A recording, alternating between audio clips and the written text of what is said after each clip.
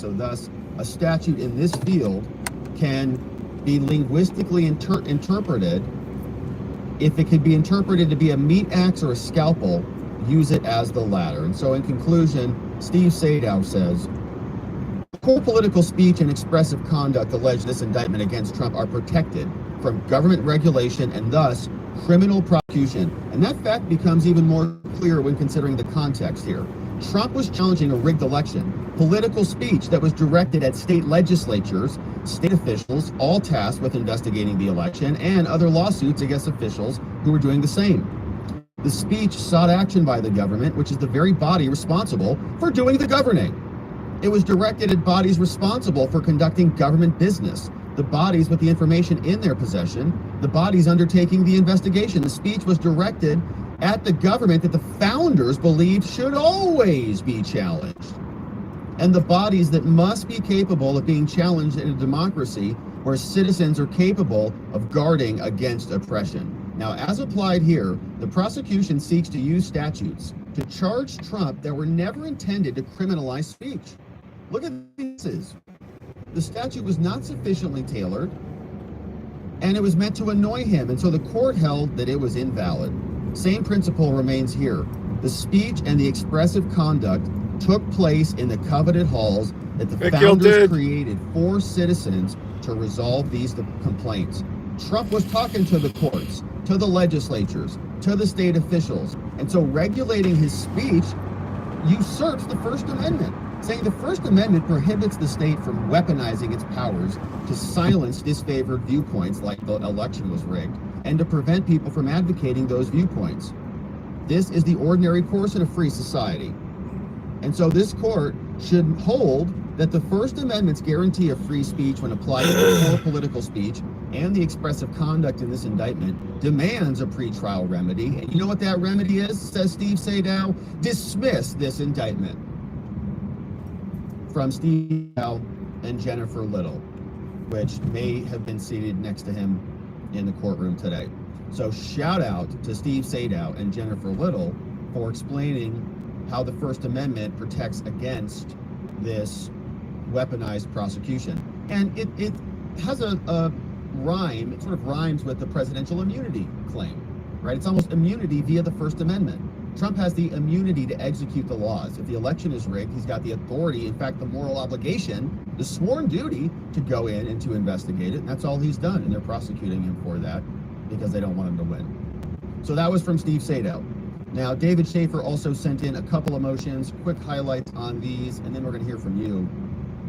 But two of them with a lot of overlap between the two. He said David Schaefer files this special demur and a motion to strike these legal conclusions. And I actually broke this down a little bit on our mind map. And let me share this with you just so we have an understanding of what we're talking about here. Kind of a confusing part of the law, but when we talk about demurs, we're saying that the indictment itself is insufficient, okay? It's just not valid because it hasn't been written appropriately. So the defense doesn't have proper notice and won't have due process to prepare and defend against the case. So we heard today about a general demur and a special demur. Two different concepts. One you might say is legally insufficient. Okay, so even if everything that they wrote in the indictment is true, there's no crime. Right? There's no crime charge under the statutes. So you could have a situation where they say, yeah, you did this and you did this and you did this and you did this, but they don't actually lay out the elements of the offense, or they lay out the elements of another offense that they think applies to you and it doesn't. So even if it's true, like you're not defending against the underlying claims, you just say, well, you haven't alleged a crime there, which is some of what we saw there. They're saying, well, you said that he was impersonating an officer. He did all of these things, but he wasn't an officer. So the law doesn't match the allegations, right? It's legally insufficient. The law doesn't get you to a crime. We also have a special demur, which they'll say is a factually insufficient component in the indictment. So for example, they might say, well, you did a bad thing one time. You committed a crime one day. What day? Between January 1st and December 31st, you committed a crime. What? Well, that doesn't give me enough specificity to prepare a defense. Like if I have an alibi, I can't tell you where I was on every single one of those days. So how about you give me some specificity, right? It's factually insufficient. We don't know the who, the when, the how. You said I did something that was illegal, but you don't say what I did. So I can't prepare a defense for that. So David Schaefer submitted 2 different filings that are on this pretext, saying that basically Fannie alleged a bunch of stuff, but doesn't mean I did anything illegal. Schaefer disputes the allegations and says this stuff should be stricken. So Schaefer writes, the state has brought criminal charges against Schaefer and others for meeting and voting as electors and sending a certificate. Straight up says no left turn, asshole. Refer to, quote, Trump presidential election. 2 signs. Makes allegations about a scheme and so on. But the indictment also repeatedly and improperly charges that the Democratic Party of Georgia's electors were valid, right? They say Georgia was valid, the Democrats were valid, and they say that the Republicans were false. They say that's ridiculous. At the time of the conduct charged in the indictment, Georgia law says that candidates may qualify if they follow rules. So they're saying even if, right, it's like a general demur, even if everything you say is true, it's not a violation of the law. We're allowed to qualify this stuff. The Constitution says that electors can meet and they transmit the list to Congress. Now, during the time of this conduct, the Midwest, the Electoral Count Act stated if a state has provided for a final determination, then it shall be conclusive. Bush versus Gore was also brought up, which we heard during oral arguments. Now, the indictment says that Georgia's people, the Democrats, were duly elected. I'm gonna play the Midwest fueling game. You guys tell me. This is unproven. That's a legal conclusion. Mr. Schaefer was nominated by the Republican Party and as an elector entirely consistent with state law. So there was no crime there, right? It's insufficient. The Electoral Count Act, further, doesn't prohibit Schaefer and the Republicans meeting and casting their votes.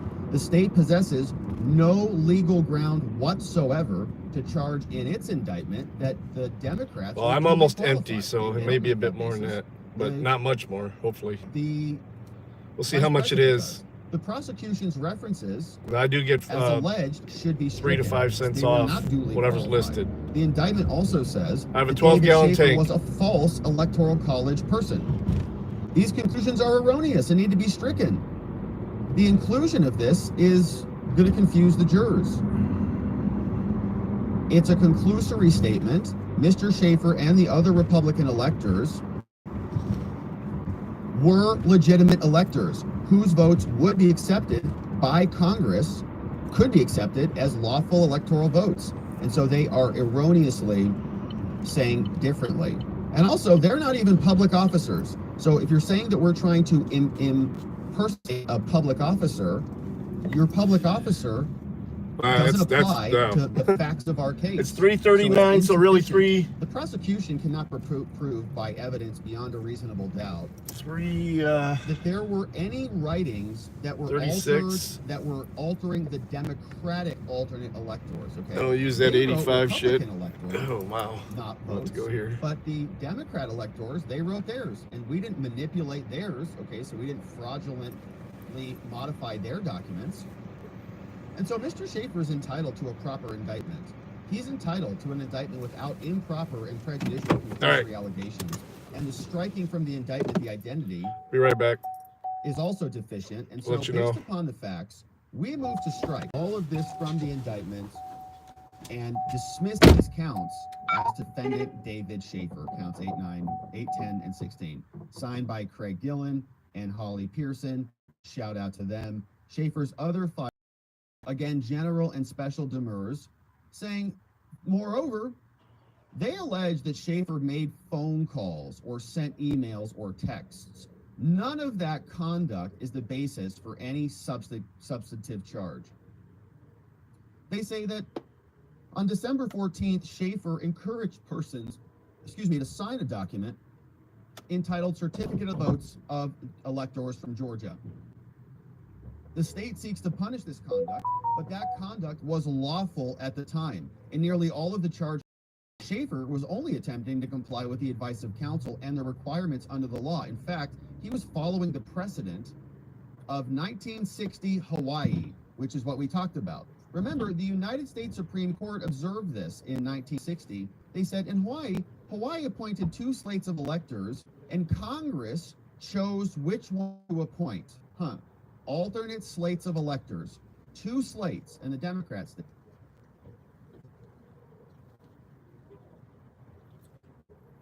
Republican electors were certified acting governor. A recount was ordered on December 13th. Both Democrat and Republican electors met on the appointed day. On January 4th, the newly elected governor certified the Democrat electors. It's like a placeholder, which we've talked about many times. The certification was received by Congress, and they were then counted. So Republicans thought they had the win in the bag. They didn't. The Democrats lodged their alternate electors. We came back and sat them. The Supreme Court also held that peaceable assembly for lawful discussion cannot be made a crime, and to those who assist in the conduct of such meetings cannot be branded as criminals. And so David Schaefer's challenges to the charges against him are on grounds that a lack of notice that his conduct violates the statutes, and so he thinks this indictment should be quashed. Now, if the indictment is considered on its face, the indictment is problematic because it's missing important elements. Now, based on the fatal defects in the indictment, the charges are subject to dismissal and to demur. Schaefer's entitled to an indictment in perfect form. He needs to know what it says. And here, we don't. The indictment is insufficient. We must know what it actually charges. The purpose of the indictment is to allow the defense to, prepare a defense. But this indictment is messed up. Count 1 charges that he was associated with an enterprise and blah, blah, blah. Now, it alleges that they were involved in a conspiracy, and it provides that it's unlawful for a person to be involved in the conspiracy. Now, this requirement is codified in the law, but if you view any of the allegations in count 1 in a manner most favorable to the state, this is defective as it relates to Schaefer, because there is no pattern of alleged racketeering activity. Here are the acts. They say this is all Schaefer did, Fanny. He didn't do any illegal. Here's one act. He received or sent emails to co-conspirators. He got a telephone call. He sent text messages. He got a room at the Georgia State Capitol. He encouraged individuals to sign the certificate. He signed the certificate himself. He instructed another person to deliver the document, and then Schaefer allegedly made certain statements. Now, neither these texts or emails, nor the reservation of the room, none of that constitutes racketeering activity. None of the conduct constitutes any offense under Georgia law. The prosecution not even charged any of these emails or texts that were received by Schaefer as alleged offenses. So setting aside all of this, during his voluntary interviews with Fulton County, all the alleged criminal conduct that was attributed to Schaefer would have occurred on a single date, back on December 14th. And so this indictment alleges and fails to allege the elements, right? There is no pattern. There is no continuity. Just one day. Failure by them to show a pattern means they fail on essential elements. This all happened on essentially one day. And so count 8 should fail because he was not impersonating a public officer. What is a public officer? Governor, lieutenant, it's codified here under Georgia law. Very specific. Every elected municipal official, and so on. An elector doesn't meet that standard. They're not public officers. Impersonating an officer is fatally defective because it isn't a public officer. It's for somebody who impersonates one of these people. Each member of the General Assembly, every elected county official, Board of Local Education, elected municipal people, head of departments or agencies. It doesn't say presidential officers in here. Governor, lieutenant governor, and so on. Get the fuck out of here. It should go. Now, as to forgery charges, the forgery laws in Georgia say what they are accordingly. But here, there's no allegations that Schaefer forged anything. The prosecution has furthermore knowingly omitted from its indictment the fact that Schaefer used his actual name, okay? It wasn't fraudulent it was his name. And he was doing it. So I got it for from the state that says 334. So 0.9. they say that count needs to go away. And criminal attempt to submit a false document charge is also ridiculous. Saying the law says it is. And although it's a 12-gallon tank, I was really low, and but I guess it 14 suffered from a fatal defect. also filled up It alleges that Schaefer attempted piping. to send a certificate, but the count fails to. I was actually able to get like 12.5 gallons in there. Allegedly sent the certificate. So who sent it? You said it is an attempt 12.4 gallons. A document. So 4153. A certificate. Somebody sent it, but we don't know who sent it. And so because it's missing details about the essential element of the crime, we can't properly defend ourselves. This is a violation of our due process, and this case needs to be dismissed. And so based on this, dismiss the indictment and dismiss these counts against David Schaefer, signed by Craig Gillen, brought into Judge McAfee's so-called courtroom. And so big motions that have been dropped, and we'll see what Scott McAfee does there, whether he'll dismiss any more charges. Remember that some charges have already been dismissed in another special demur because of some specificity problems. And so we're going to be here to see what continues on. Try to get a little bit of wind up your skirt. We're going to wait for Judge McAfee to come out and issue a ruling. Are more charges going to be dismissed, or is Judge McAfee going to continue to support Fani Willis and her some spanks underneath in everything that they do, and allow them to continue on with this clearly unconstitutional indictment that violates people's rights to have due process, to have notice under the law, and to be able to exercise their free speech under the law. Steve Sadow showed up today. Yeah, I looked back at the chat. That sounds fun. So did Craig Gillen on behalf of David Schaefer. Sounds like fun. We're going to be here continuing to cover this case, my friends. So wherever it is you're watching us, my friends, thank you for liking this video. Thank you for subscribing to our channel. Thanks for inviting a friend. Yeah, I know the difference. To come over here and join us, because we live stream 5 days a week, 6 days a week for our members, and we'd love to have. That's why I was teasing you about it. Joining us as we cover all of this. We got some great links down. We'll have to call it a skirt if you wear underwear. Locals.com is where you do member-only streams in the morning and streams on Saturday. We have an amazing community there as well. Also want to invite you to check out robertgobea.com if you want to grab any PDFs that we cover here. You can download those online at robertgobea.com, and you can grab a brand new shirt or some gear by shopping on our YouTube channel. Now we have the shopping tab. So if you like polo shirts, I link some of the polos that I wear on our shopping tab. You go to Nordstrom's, click my link, go over to Nordstrom. They've got some great deals.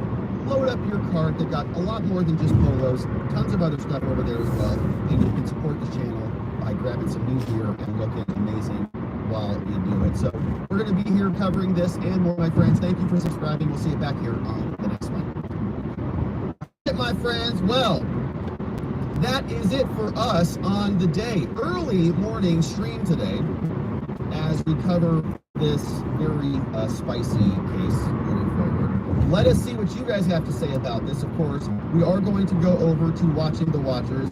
Back here for our show at a regular time is what we're planning on. We're going to be doing a members-only stream later on in the day. Hope to see you there. WatchingTheWatchers.locals.com. Now, my friends, thank you for sending in these donos and these questions and your amazing support on this beautiful morning. Let's see who is here starting us off on the beautiful day. What's up? I would just walk in at in the house. An urgent care is coming in. that takes your insurance. What's up, Richard T? Jeff Lewis your insurance, your insurance company should have a list of local urgent cares that'll take it. Welcome, Renee. And Charlene R is coming in as a new supporter, and K-Bean is out there clipping for us today. Thank you very much, K-Bean, for helping out. We got Voice of the People is here. Says, early morning for Rob, huh? Tell me about it. I'm here for this. Working out of town, pulling fiber at a chicken plant in Mississippi. Wow. Too many people here don't know about this. Have at least 10 people from my job site tuning into this today. Woo! Voice of the People. Shout out to our friends in Mississippi. Pulling fiber at a chicken plant. Voice of the People and the Voice of the People crew out there. Pulling fiber. You know, I used to pull lights in swimming pools. That was the only thing I used to pull. So, you know, in a swimming pool light, you go to the J-box, you tie on a line to the light. Then the pool, you just pull the pool wire out. zip in the your fish tape through, and then rewind the whole thing through, and the pool light will generally float. That was years ago with the technology change. But that's the extent of pulling anything through tubes, other than inner tubes, that I've got here, boys. But thanks for bringing your crew over to watch the show. You have a beautiful day out there in the great state of Mississippi. We got the Midwest Express says, morning, Rob. Love the early morning live. Good to see you, the Midwest Express. Very, very nice to have you here on the early morning. And thanks for being a member and for joining us. We got Daxinth is here, been a member for 14 months. Amazing. Daxinth P, 14 months. That's 12 months and plus 2 equals 14, pretty sure. Says, smash that like button. Thanks for saying that, Daxinth. Thanks for being here. Dolphin Fan is the man, as usual, bringing in 10 new members, including Jim H, Mr. No, Axeman R, Debbie W, Joanne K, The Real Kittler, Beautifully Inappropriate, Craig Maynard's in the house, Golden G, Marius B, and Dyer G in the house, all courtesy of Dolphin Fan is the man in the house. Michael Swade is on Rumble. What's up? Shout out to our friends on Rumble. Says, McAfee just discovered that Georgia didn't scan 148,000 ballot envelopes, so he knows the election's fraudulent. I wonder how will it affect the Trump case. Why is your truck passing me? Yeah, we played that clip. Harrison Floyd played that clip. And I don't know that he's... Sorry, I was texting. I didn't even see it. Okay, like the judge has intimated where this is going. Like, we know where it's going. We got, what's up, Fran B? Got somebody trying to call off on their fucking first day here. Explain to a judge what free speech is. I'm like, no, can't do it, buddy. From justice. Yeah, and isn't it a whole different vibe to listen to Judge McAfee now? After we know what he did to twist himself into a pretzel to save Fannie Willis at all costs. Yeah, it's Knox is here, defense attorney in Texas. Oh, hey, what's up? Okay, so my friends, if you're out there listening and you're a private investigator or someone who consults on criminal cases, you're about to be called to attention. Knox Bierman says, good morning all. I love these early streams. Feels like a before work breakfast club. It is early. It is early. You know, it's kind of interesting to get a jump on the day and hang out with everybody. It is fun. I kind of like it too. What's up? Okay, so here is a message from you're driving? Knox Bierman, and this is serious. We talked about this yesterday. I get it. It was on the stream. And this is a serious public, announcement. So I love taking an hour to get to work, and I'm only going to be there for fucking 2 hours. Defense attorneys seeking... I'm not going to do a desktop stream this Knox morning. Bierman, defense attorney in this Texas, afternoon. says, okay, so here's my shout out for investigators. You do not have to be... We got a haircut at 3:50. Recreation can be done via... So I got to leave there about 3 o'clock. Can be via phone. Get there almost black. Prep all summer long. But I still got to make some phone calls and shit. First case up is ag assault with the S word in there. My guy is on video trying to throw a woman off a balcony while naked. It's going to be a fun one. Great stuff. Stories you can't not make up. Email me at libralawtexas@gmail.com. All right, so I know consultants in Arizona, but I don't know anybody in Texas or anybody who would be willing to work in Texas. So if that not is worth you, the drive. if you're out there listening, if you know somebody, if you're a defense attorney who knows somebody, I'm actually getting the haircut up near where I'm heading, so expert witness help.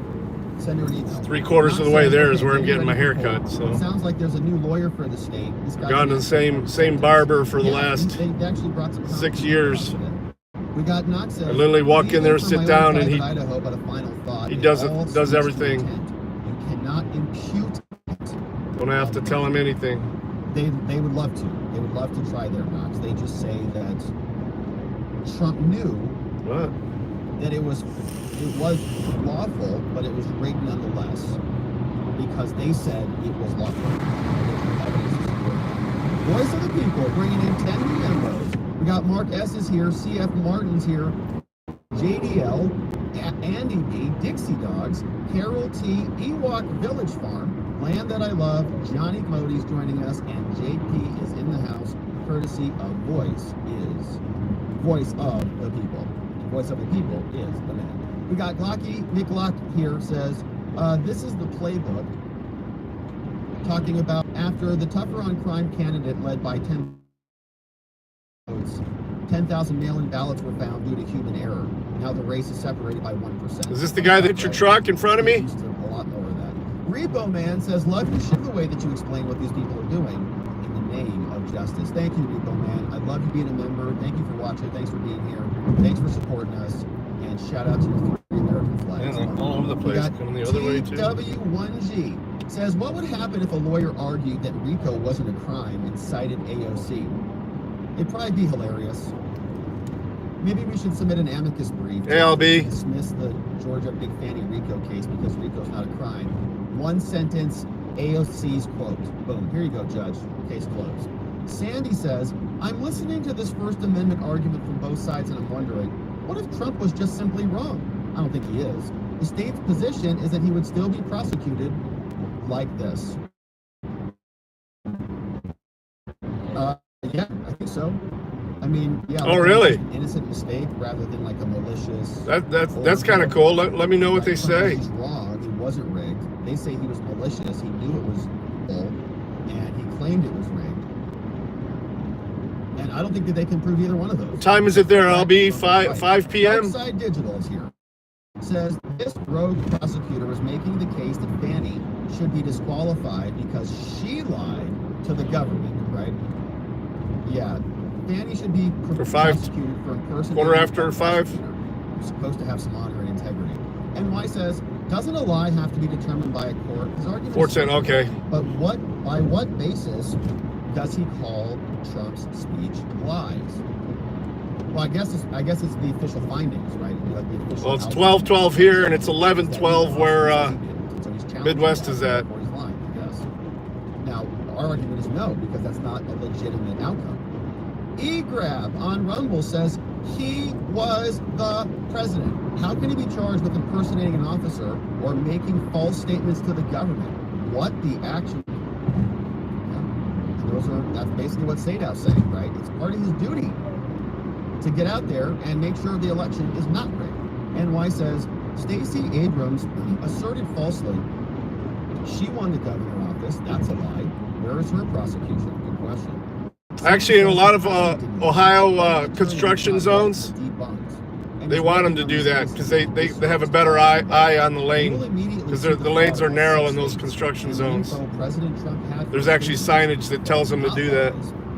I don't like it, but Just Me says when Trump was making the speech, especially on the interstates. He was the chief government officer of the government. He was the government, and nothing was done to find, in fact, whether his statements were false. Yeah, I agree. You have guys like Bill Barr who just basically delayed or deflected any prosecutorial or any real investigations into whatever. Yeah, it says it at the beginning of the construction zone. Robert, please remind us, is this case laid at Trump as a civilian or as a president? Thank you. I guess especially when it's super narrow and has the barriers on both sides, they can eyeball how close they are to the barriers easier on the left lane, I think. I know. But I actually think all the conduct is probably before. No, it doesn't look like the same guy to me. I just looked at his face. Right. I mean, basically both, right? It's one set of laws. He's being prosecuted in the criminal court. I wasn't. Yeah, it's cement barriers on both sides for a while back there. Civil law. This is not impeachment. This is a criminal court in Georgia. Philip B says, how can challenging an election result be a crime? Well, it's when you have dictators in charge who do not want you to challenge their results. It's weird too here in Ohio. If they're actually actively working, there has to be a highway patrol on site. Is Floyd the White House attorney assigned to Fanny? If not, who is? No, you're probably no. There was no real White House attorney that was assigned to Fanny. I mean, there was one other guy that was called. That's one thing I don't like about just using the YouTube app. You can't tell how well the signal's doing until it disconnects. I think that's who you're talking about, but it wasn't Floyd. Floyd's the other RICO guy who was assigned to special counsel. Philip Butler says, challenging. You never sent me the name of that the very first election streaming software you were talking about. Well, a lot has changed in these last several years. So I know you said it, but I wasn't in any condition to pay attention. Now you prosecute people like you did in 2020. NY says, I see the chat trying to make sense of this all, asking, can't police legally lie? Yeah. Don't even try the case in Georgia. Novel tortured lawfare exercise. It's not rational. It's not logical at all. Jigam is here, says, don't forget to smash that like button, baby. Thank you, Jigam, for the good reminder. Smash it, my friends. Trevelyan Gale. What's up, Trevelyan Gale? Very nice dono. Thank you for saying that and for being here. Hey, you, Trevelyan. Hey, you back. Joseph C. says, why isn't he using the defense that competing electors have existed in multiple elections since the founding as part of election contests? I think we heard a little bit of that from Schaefer today. He was saying that there was a safe harbor, provision. They basically had to get their position in, and they did so according to the law. Philip B. says Congress determines which electors are legitimate. Yeah, and that was the argument. Now, they've kind of changed that up a bit. Well, actually, they were going to say that Mike Pence had that authority. Mike Pence said, I don't have that authority. Then they changed, and now it's just basically ceremony. Right now, the VP just accepts whatever they get. But there was a debate about this. The question was, could Mike Pence actually make that decision? Roy MC says, okay, so in a two-horse election race, he could. The winning party before they changed it. They said he couldn't do it. He could do it. And then they made a law saying that he couldn't do it. So why did you have to make a law? Yeah, nice old camper. I like those old Fords. Essential Bites. One thing about vacationing with one of those is that, normally you got to tow a small car behind it. Because you don't want to drive it around once you get it on site. Hey, someone.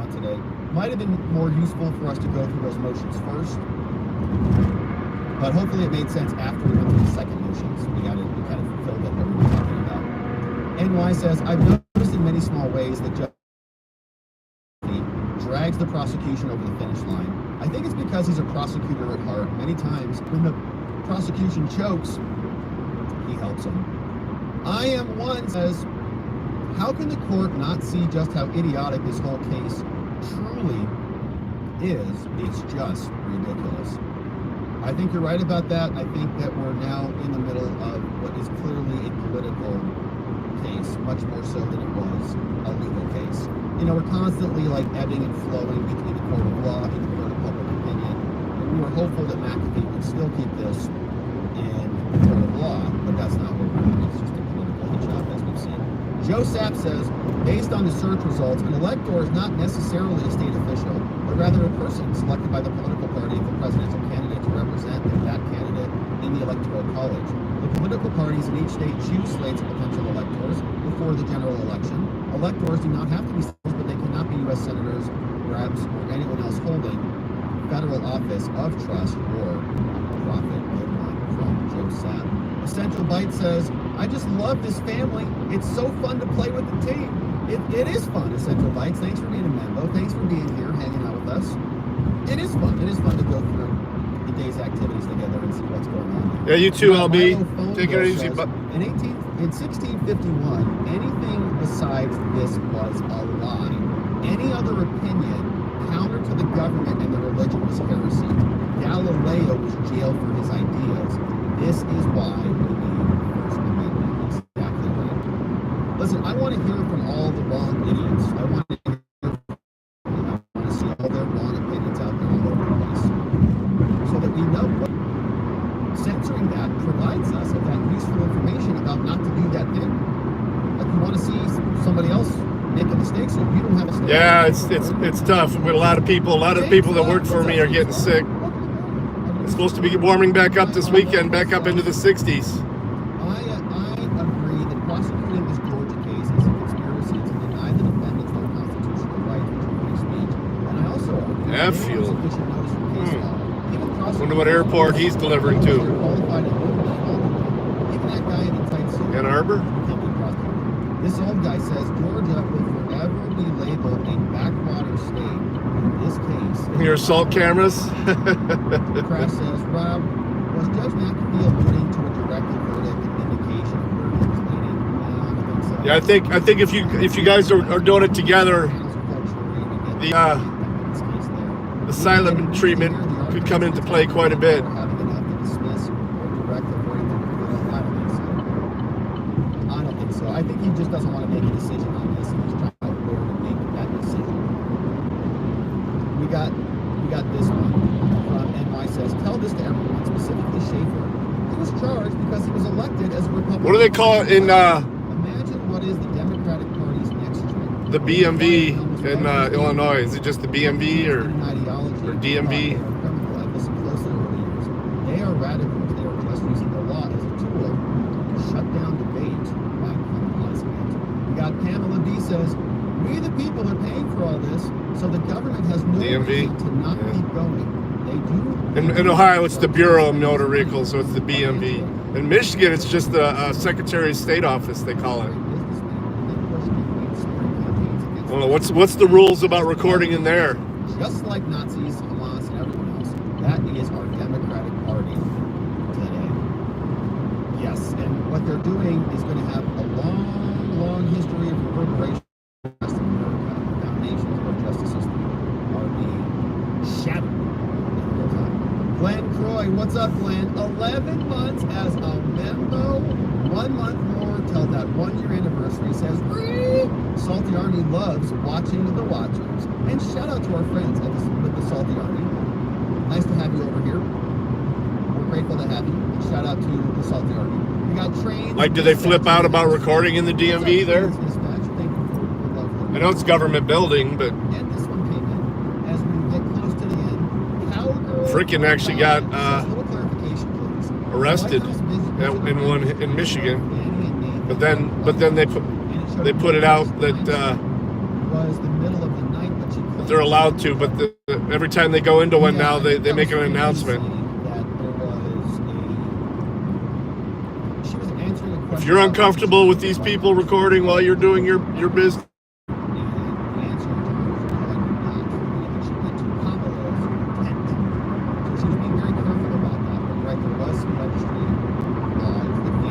if you'd like to reschedule an appointment, please come up to the desk and we will reschedule you for a time when they're not here.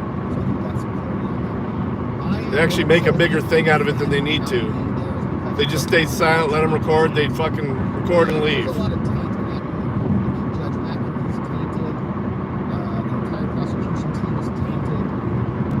It's very taint-filled there, so maybe she didn't want to contribute to the disgusting taint.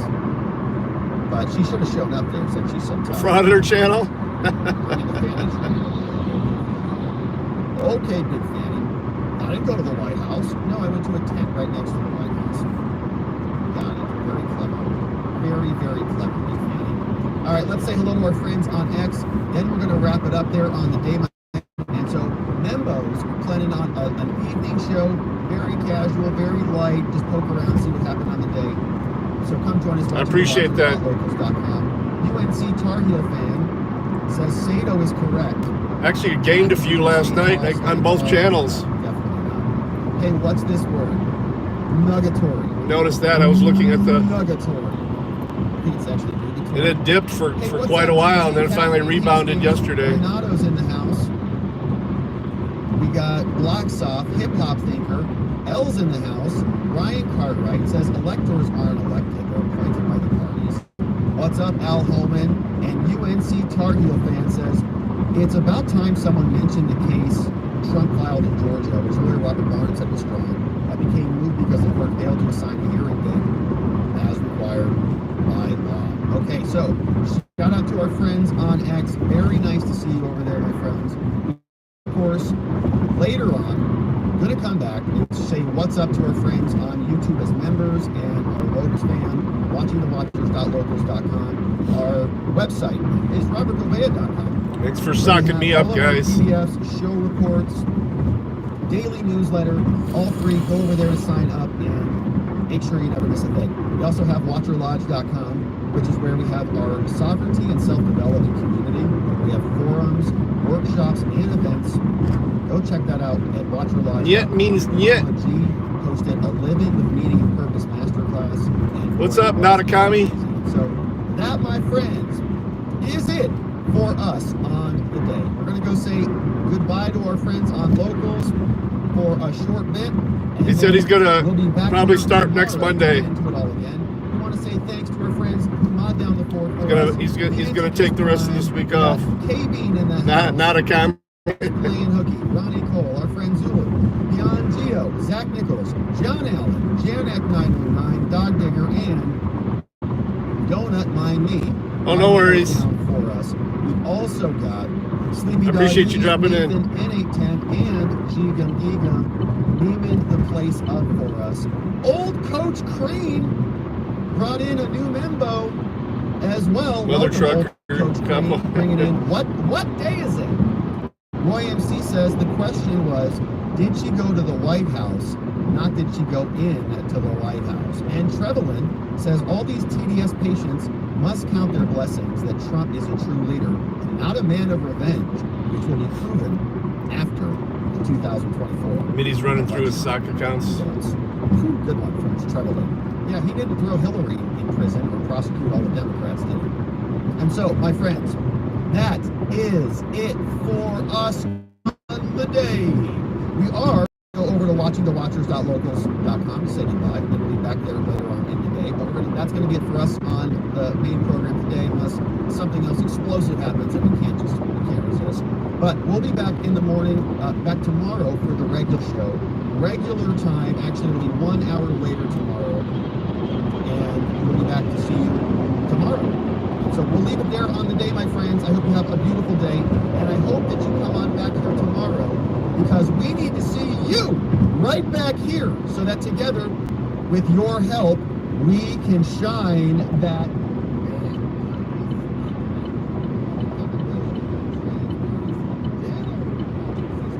with the hope of finding justice. Make it a beautiful day, my friends, an amazing day. I wondering what you got. See you right Wait a back minute. here tomorrow. Usually I can decipher. If I can figure out what Chopper's saying half the time.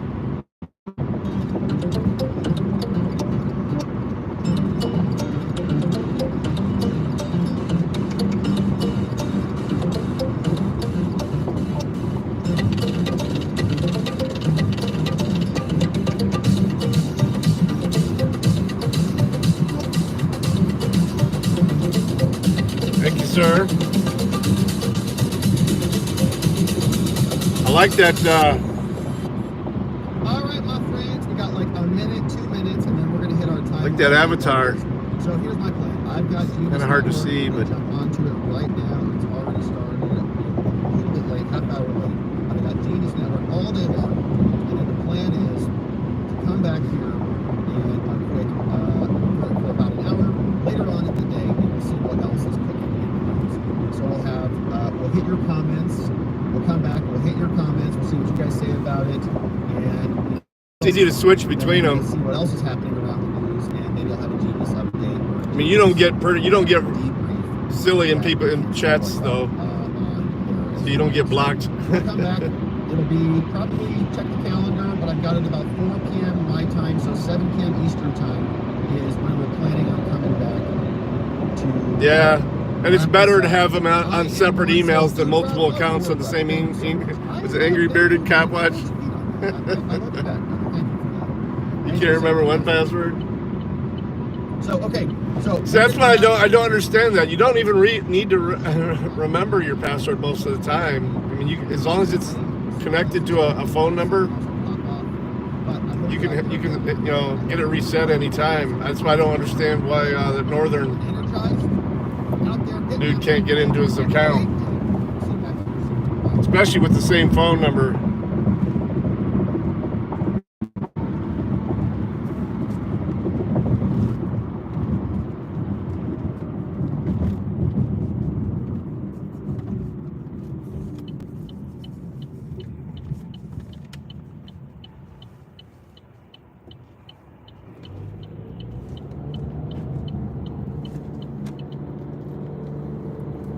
All right.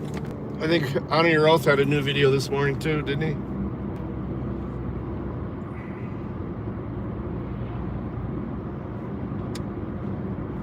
There we go.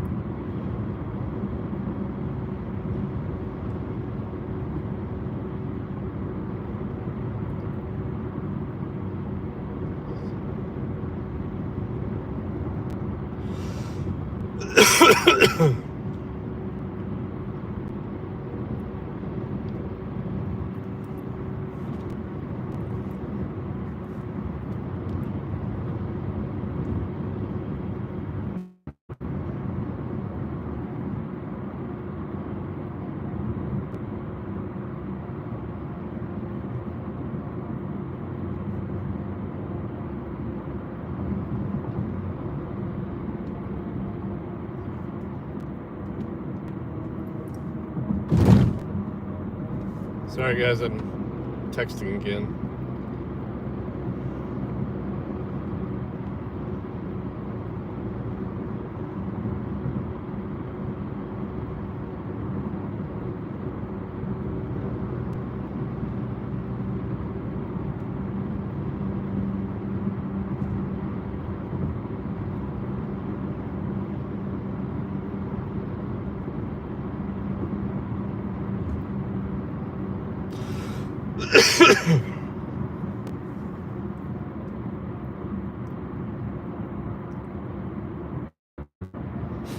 Alright.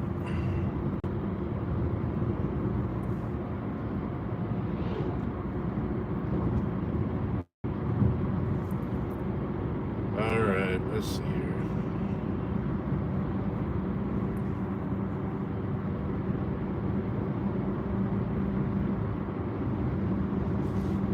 Howdy, folks.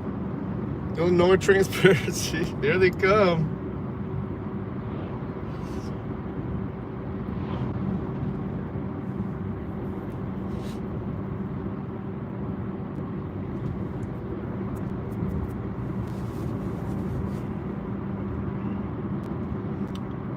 Alright, let's see if I can find this Honor Your Oath video from this morning. We were talking about it last night.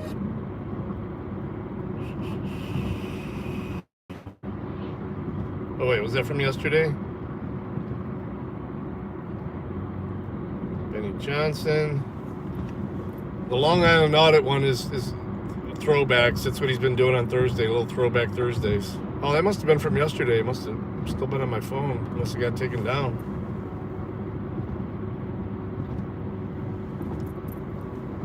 Hey, Brandon. Everybody piling in.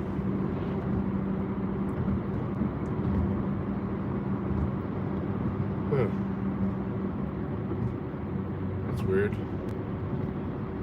I don't even see it from yesterday. Oh, there it is. Yeah.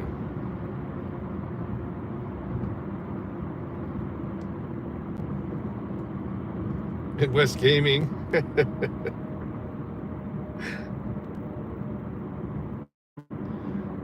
Oh, I forgot you had that gaming channel too. Let me make sure I think I'm sub to it.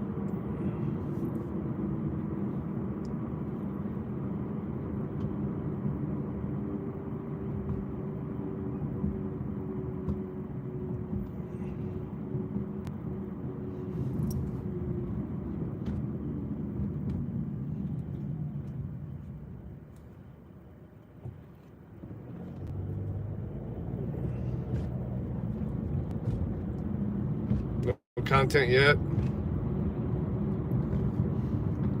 It's okay. Most of my channel is non-tent.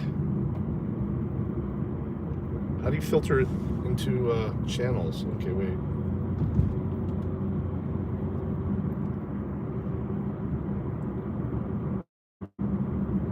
There it is, search filter. Type. Channel. Apply.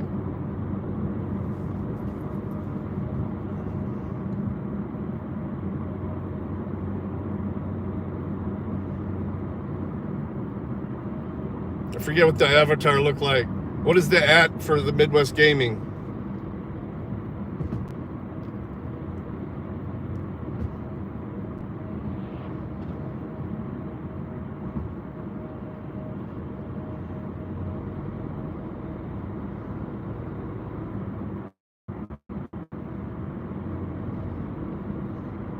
There's a ton of them here. Oh, you posted the link? Well, let me jump in the channel then.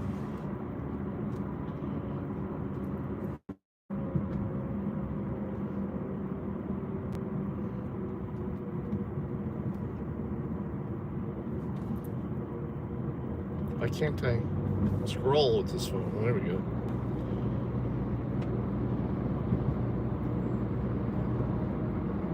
Why is my channel not coming up?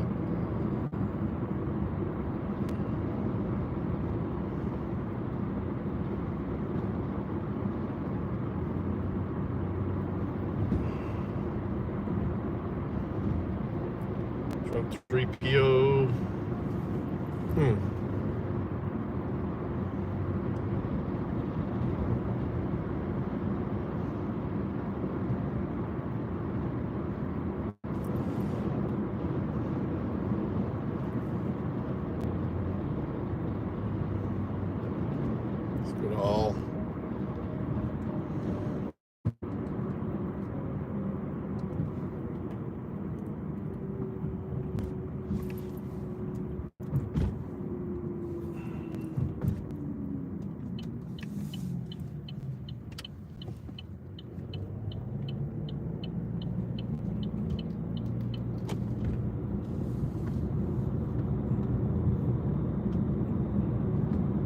All Oh, I am subscribed to it already. It's just Red M.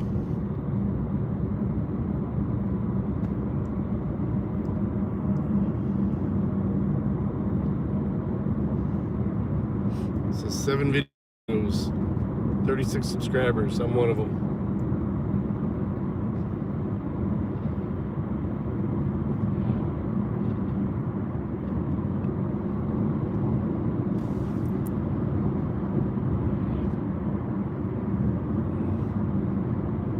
It's horrible.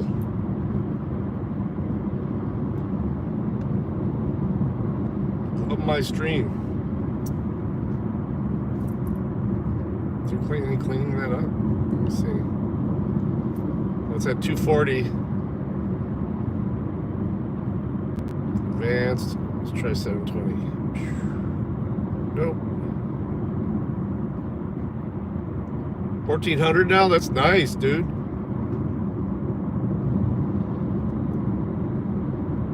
Yeah, this is pretty grainy. I'm gonna have to start using the Prism for the backup channel too. I just hate having to sign in and out of my my different YouTube channels. It won't let you do both on Prism for some reason.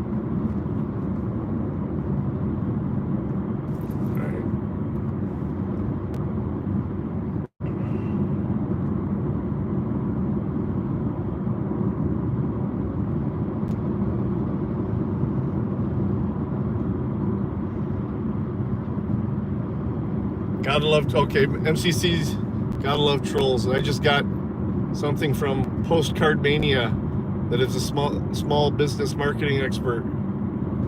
It's addressed to me, and then for a company name, it says Boner Garage Incorporated.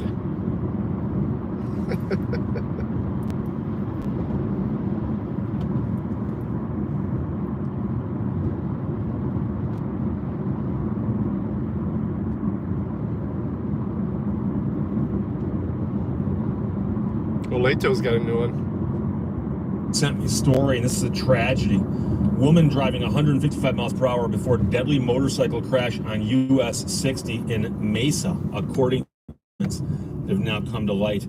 AZFamily.com ran the story. Ben Bradley wrote it, and this all has to do with a woman in a car driving way too fast and hitting a motorcycle. And the motorcyclist died on the scene. And you wonder about a case like this and how tragic this is. But she's an 18-year-old, and she's been arrested in connection with the deadly motorcycle crash that happened on the Mesa Highway. Investigators believe that the 18-year-old was driving over 150 miles per hour before the collision that killed 46-year-old Michael Clark. I believe she was in a Corvette. Just after 10:30 p.m. on Tuesday, March 12th, a 2024 Chevy Corvette rear-ended a Harley-Davidson motorcycle found HOV lane of US 60 near Dobson Road. Troopers say Clark then hit the concrete wall and was thrown from his bike. The driver of the Corvette pulled over from CPR, but Clark died at the scene. So the driver there reportedly told troopers that she tried to stop when she saw the motorcycle, but couldn't slow down in time. Gee, I wonder why. According to court documents, investigators were granted a warrant the next day to download information from the Corvette's airbag control module. The data showed the Corvette was traveling at a speed of 155 miles per hour, Wow. 5 seconds before the crash, and 87 miles per hour at the moment of collision with the motorcycle. So the woman's been arrested, booked on one count of reckless manslaughter. Now, there's going to be some physicists in the audience. I'm sure there are. I've got pretty much, you name a profession, I've got one in the audience. And so if the vehicle is doing 155 miles per hour, but in 5 seconds dropped to 87 miles per hour, I suspect that's because she stomped. Now, I'm sure it's going to have traction control and anti-lock brakes, all kinds of stability control and stuff. But I suspect that that 5 seconds was literally her standing on the brakes and trying to bring the vehicle under control from 155 miles per hour. And so I don't know how that car would behave and for how long. I don't know how far it would travel in those 5 seconds because it was dropping in speed from 155 to 87. But the obvious problem here is she's doing 155 miles per hour and she's 18 years old. Now, here's the thing. I got a driver's license the day I turned 16. I got my permit a couple months after I turned 15. And I've been driving for a couple years now. And I can tell you that a lot of people, especially younger drivers, and I admit I was a younger driver at one point in time too, don't understand the limits or where the edges are, right? With respect to how cars behave, especially at extremely high speeds, but also in bad weather, whether it's rain, whether it's icy conditions, whether it's snow, which we have here in Michigan. And I've heard all kinds of stories about kids, 16, 17, 18, who get in accidents, and there's an extreme amount of speed involved. And I remember a famous story, I may have mentioned this one before, where there's some kids in a car on I-75 north of Detroit where the road kind of weaves around, quite big angles. And this car went off the road, and they did the math on it, and they're like, this thing was going like these kind of speeds. Gee, I wonder what happened. And of course, what happens out there where there aren't, at that time, there were not lights on the freeway, it was a dark part of town, is you're driving 150 miles per hour, and by the time you see at the edge of your headlights, it's too late to react. You're driving faster than your headlights can be effective because they don't shine that far ahead at that speed. And I think what happened in the case I'm talking about was by the time the guy realized the road was going to go this way, it was too late for him to turn. It just launched off into the trees. So here, I've dug up some earlier stories also from azfamily.com, and the crash shut down the freeway overnight because there was a man who died. And a lot of times, this, by the way, is something I learned from driving a tow truck.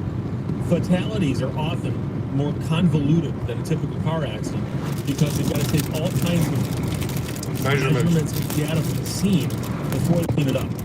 So I had the opportunity to tow vehicles from a fatality, and they would actually tell me, I'm sorry, but you've got to wait because we got to do a bunch of stuff here.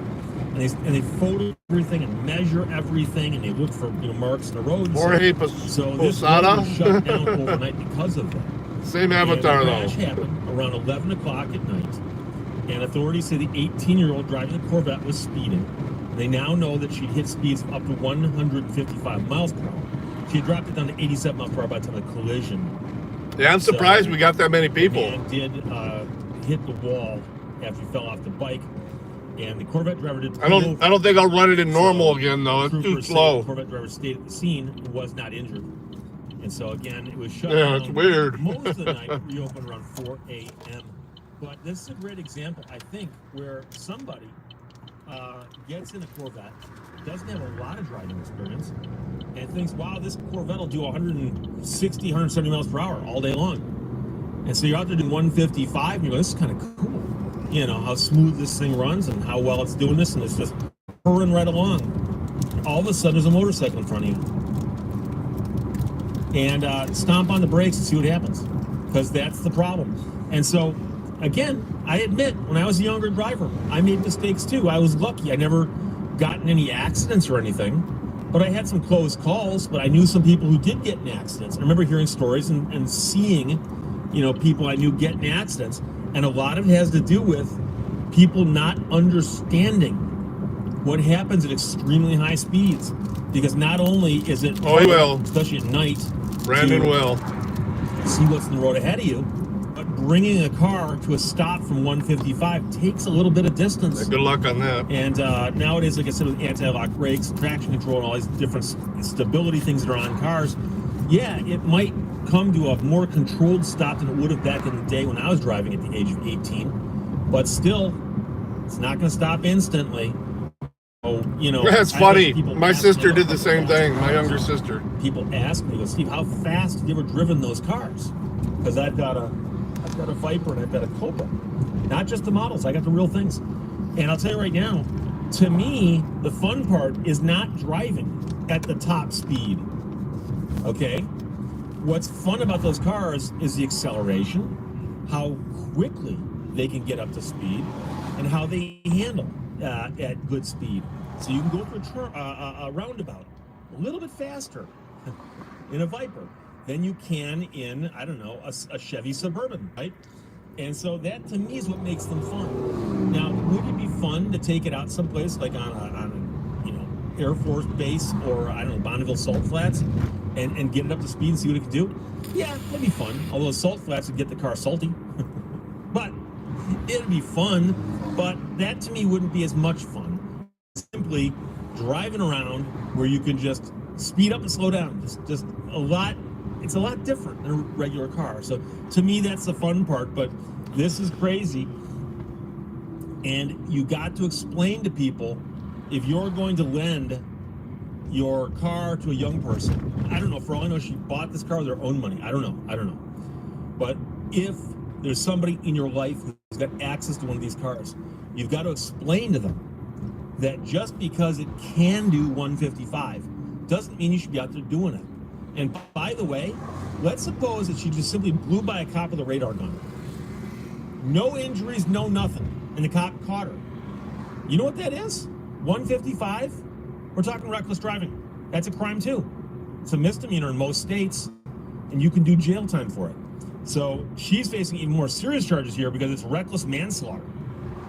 So we'll see what happens. I'll follow the story. Man sending it. Woman driving 155 miles per hour before deadly motorcycle crash on US 60 in Mesa, according to documents, and according to one of the black boxes on board that controlled the airbag. Ben Bradley wrote that. Questions or comments? Put them below. Let's talk to them. Thank you for watching Leto's Law.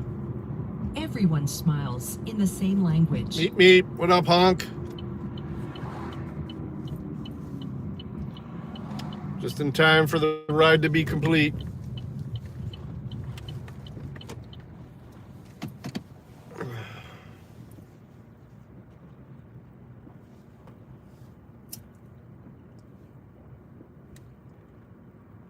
It goes okay.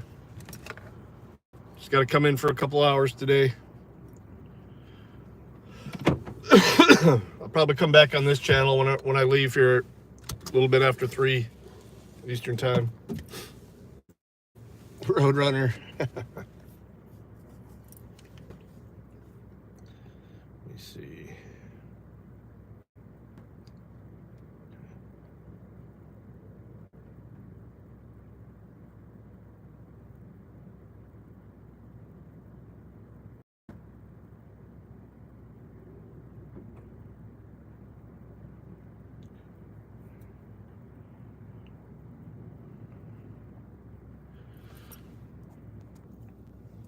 See ya.